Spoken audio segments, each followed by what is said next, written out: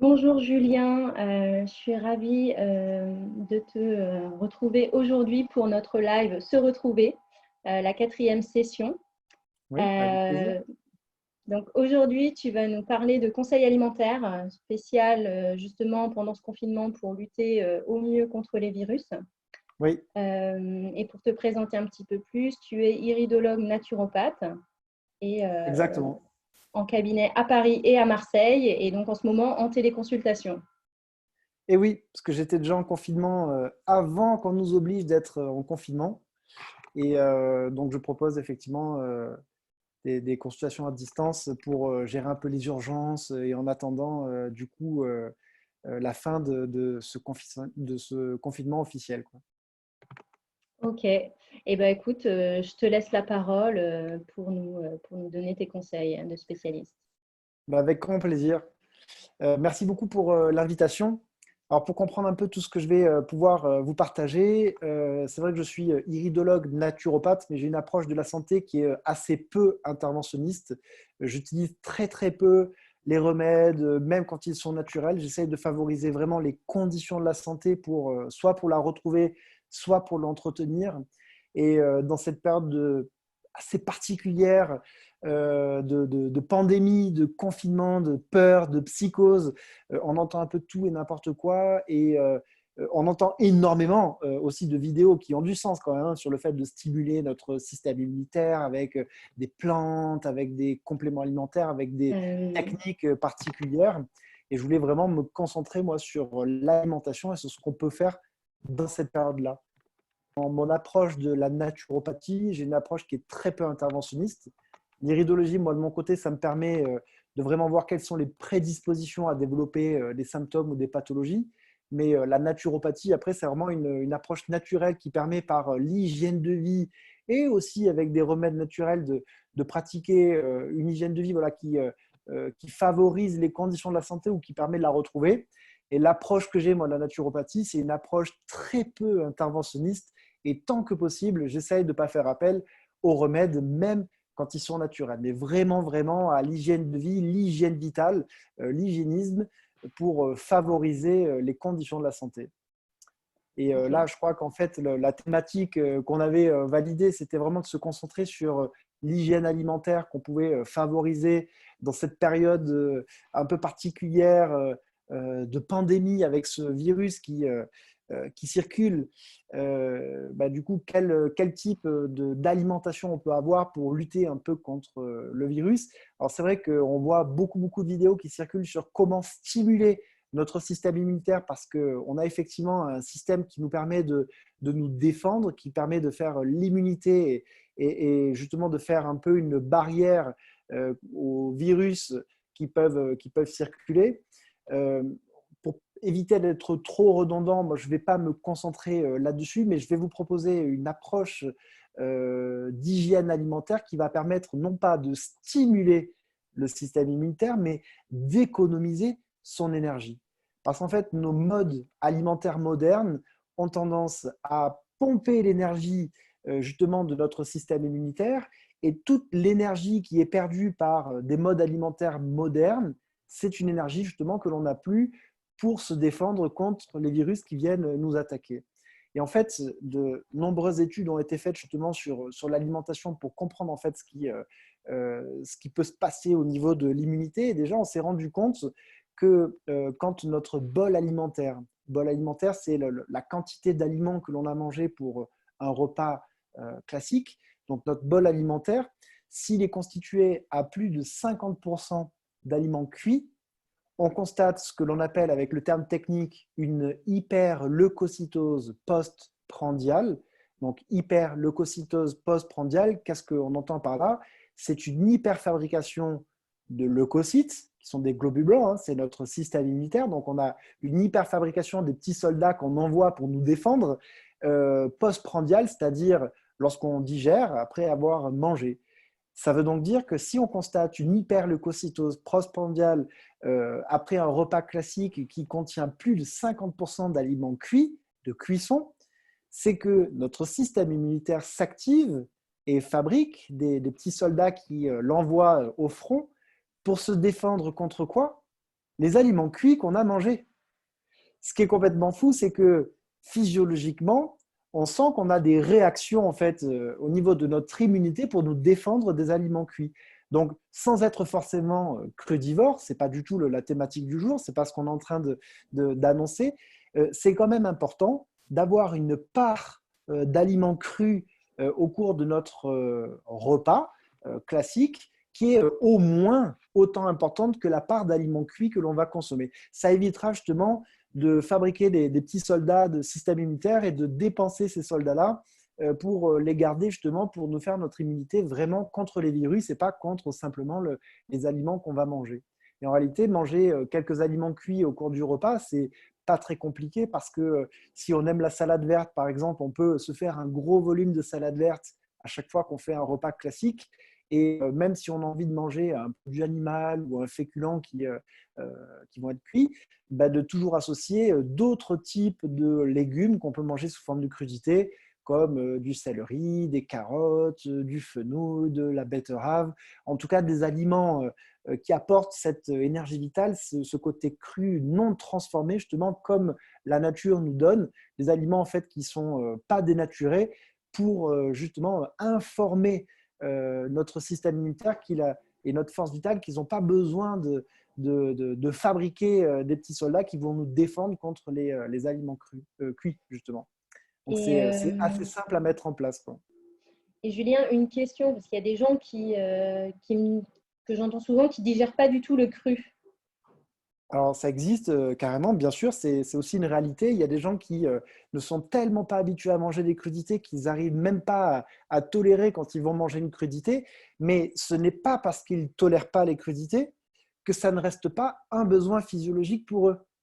Donc, en fait, quand quelqu'un n'arrive vraiment pas à digérer une crudité, il ne pourra pas, dans sa transition, mettre plus de 50% d'aliments crus au cours du repas, mais il pourra quand même introduire une petite quantité de crudité qui lui permettra petit à petit d'augmenter les quantités de cru et aussi il peut travailler les modes de cuisson. Parce que quand on a vraiment des difficultés à digérer le cru, c'est quand même important d'en manger des petites quantités, mais ce qu'on peut faire aussi, c'est jouer sur les modes de cuisson parce que toutes les cuissons ne se valent pas. Quand on fait par exemple une cuisson vapeur douce, quand on fait une cuisson wok, mais le vrai wok, hein, celui où le wok, donc l'appareil wok est très chaud, et en fait on met les légumes dedans, et en fait les légumes sont comment dire, en mouvement, puisque ce n'est pas une cuisson qui dure longtemps, c'est juste pour décrudir en fait. Le côté cru avec le wok est éliminé, donc l'aliment se transforme en un aliment qui est relativement cuit, sauf que tout le cœur du légume reste cru et c'est une cuisson qui peut être aussi intéressante, qui permet d'ailleurs de mieux digérer pour les personnes qui sont un peu intolérantes aux aliments crus. Donc, c'est introduire des petites quantités de cru pour augmenter petit à petit et pour la part de légumes qui sont cuits, de favoriser des cuissons en fait, qui respectent quand même un peu la qualité de l'aliment. Ce sont les cuissons wok, les cuissons à la vapeur douce et les cuissons à l'étouffée. Pour les autres cuissons, en fait, c'est vrai que les cuissons sont un peu trop fortes et on se retrouve justement avec cette hyperleucocytose postprandiale une fois que le bol alimentaire se digère, on dépense l'énergie de notre système immunitaire. Est-ce que c'est Merci. suffisamment clair ou est-ce qu'on a besoin de développer un peu plus sur une chose ou une autre? Bah, après, tu peux peut-être nous donner voilà, les conseils en cette période de confinement, de ce que les gens pourraient faire pour un petit peu changer leurs habitudes alimentaires ou en tout cas ajouter On du peut faire mieux dans leur une journée alimentation. type, par exemple. Une Ouais, journée très bien. type pour faciliter un peu ces conseils-là. Ben, par exemple, les aliments que l'on peut manger crus déjà assez facilement, ce sont les fruits frais, que ce soit des agrumes, des pommes, de l'ananas, des kiwis, des bananes. Ce sont des aliments en fait, que l'on n'est pas obligé de cuire pour pouvoir les manger. Mais c'est vrai que les fruits, quand même, ont une particularité, c'est que comme ils se digèrent très vite, il ne faut pas les mélanger au bol alimentaire, donc on les mange en dehors des repas. Mais si par exemple on a envie de faire un petit déjeuner parce qu'on tient à son petit déjeuner, un petit déjeuner équilibré serait de faire un petit déjeuner de fruits dans ce cas-là. Je parle vraiment d'une globalité, d'une généralité parce que certains individus diabétiques, par exemple, ne peuvent pas manger des fruits en dehors des repas, mais quand on parle de la globalité des gens, en général, si on tient vraiment à faire un petit déjeuner, on peut faire un petit déjeuner de fruits. Ça permettra déjà d'amener une part de cru dans notre quotidien, de l'énergie vitale, un aliment qui n'est pas transformé, qui va renforcer du coup l'immunité. Et en fait, on dépense très peu d'énergie à digérer des fruits. Et lorsque l'on a envie de faire un repas classique, un repas avec plusieurs aliments qui ne soient pas forcément un repas de fruits, alors la base du repas doit être vraiment des salades, donc des feuilles vertes, salade, mâche, jeunes pousses d'épinards, roquettes, batavian, enfin des feuilles vertes, des verdures. Une deuxième catégorie d'aliments qui pourrait être des légumes crus, comme des carottes râpées, du fenouil râpé ou du céleri branche, par exemple, qui ramène encore une partie de crudité. Et ensuite, on peut ajouter des légumes cuits, si possible à la vapeur douce ou au wok. Et ensuite, on peut rajouter, par exemple, soit un féculent, un peu de pommes de terre ou de patates douces, du quinoa, enfin quelque chose qui soit un féculent qui permette d'amener aussi ce côté chaleur, par exemple, dont on a besoin en hiver si on a envie de manger des féculents. Parce qu'il y a des gens, par exemple, qui n'ont pas envie de manger des féculents.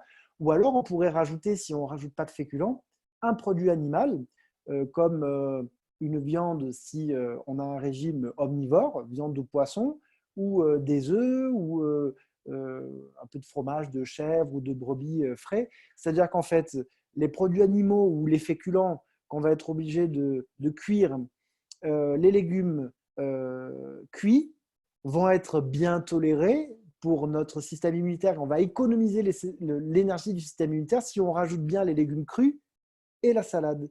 Mais en fait, ce qui est important à intégrer, c'est que c'est tellement simple. Quand on fait un repas classique, il faut toujours qu'il y ait, indépendamment de ce qu'on mange, il faut toujours qu'il y ait et de la salade et des légumes crus. Et ensuite, on peut, à la limite, manger, je ne dis pas n'importe quoi, mais les autres catégories d'aliments que l'on va manger seront quand même bien tolérés par notre tube digestif si on arrive, et par notre système immunitaire, si on arrive justement à introduire des crudités et de la salade verte. Et donc, Et si on... tu commences Oui. le repas par la salade et les crudités et ensuite tu manges le reste ou peu importe? Alors, si on tolère bien les crudités, eh bien, effectivement, on peut d'abord commencer par le cru. Comme ça, on informe l'estomac qu'il y a du cru, qu'il y a des aliments physiologiques, que ce n'est pas des cuissons, donc il ne va pas alerter le système immunitaire. Donc, c'est plus intéressant. Mais si on est plutôt dans le tempérament un peu frileux, qu'on ne tolère pas bien les crudités, il vaut mieux faire l'inverse. On commence par manger cuit et chaud pour le côté réconfort et pour préparer la digestion. Et on amène le côté cuit derrière pour dire, bon, j'ai amené du cuit pour le confort, mais regarde, j'ai aussi amené des crudités et des aliments non transformés pour le côté, pour préserver le système immunitaire. Donc, c'est vrai que dans l'idéal, il vaut mieux commencer par croquer, mâcher, stimuler les enzymes digestives avec des aliments crus et passer au cuit derrière. Mais si on ne tolère pas bien le cru, c'est l'inverse qu'il faut faire. Et on commence d'abord par les aliments cuits, on termine par des salades et par des légumes crus. Ok, super. Merci pour l'info. Donc des fruits, petit déjeuner de fruits en dehors des repas ou combien de temps avant le repas par exemple? Bon, un fruit, ça se digère assez vite, hein. Je dirais que si on mange des fruits au plus tard une demi-heure avant le repas, normalement, il est digéré, hein. La plupart des fruits se digèrent en une quinzaine de minutes. Vous comptez 30 minutes avant le repas ou 2, 3 heures après et les fruits ne fermenteront pas. En fait, c'est vrai qu'en dehors du fait qu'on ait un bol alimentaire plus ou moins cru, plus ou moins cuit, c'est vrai qu'il y a aussi des compatibilités alimentaires et il y a des aliments qui se digèrent vite, des aliments qui se digèrent lentement. Bah, forcément, si on les met dans la même digestion, ça crée un conflit, hein, un peu comme dans une machine à laver. Si on met du linge qui doit se laver à 40, Bon, apparemment, on a été coupé. Eh bien, écoutez, en tout cas, Julien nous a déjà donné pas mal de conseils. Et puis, enfin, voilà, pour le direct d'aujourd'hui. Donc, Julien, je vous le rappelle, est naturopathe à Paris et Marseille. Vous pouvez prendre rendez-vous en ce moment avec lui en téléconsultation pour avoir vraiment des conseils adaptés parce que c'est bien une généralité, mais l'idée, c'est de voir par rapport à où vous en êtes avec votre santé, d'avoir un programme et un suivi adapté. Donc, on va se retrouver demain à 14 heures. On va vous confirmer le sujet et le thérapeute par un post un petit peu plus tard. Et puis, écoutez, je vous remercie à tous. N'hésitez pas, en tout cas, à venir rencontrer des thérapeutes en conseil, en téléconsultation sur medoucine.com. Voilà, je vous dis à bientôt, à demain en l'occurrence. Très bientôt.